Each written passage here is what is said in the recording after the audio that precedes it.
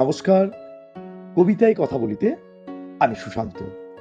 আজ পরিবেশন করছি কবি মাহবুব সরদার সবুজের লেখা অজুহাত আর সাহস।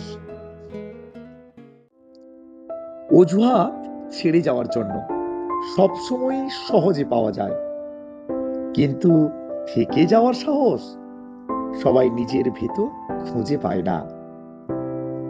কিছু মানুষ সবসময় ভালোটাই চায়, নিজের প্রাপ্তির চেয়ে সম্পর্ককে এগিয়ে রাখে। তাই কেউ ভালোবেসে ভেঙে পড়ে, আর কেউ নতুন পথ বেছে নিয়ে স্বস্তিতে বাঁচে।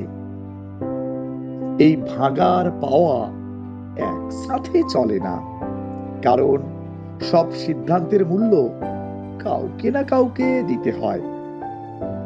কিন্তু কাউকে ঠকিয়ে পাওয়া সুখ কখনোই দীর্ঘদিন টিকে থাকে না। নমস্কার।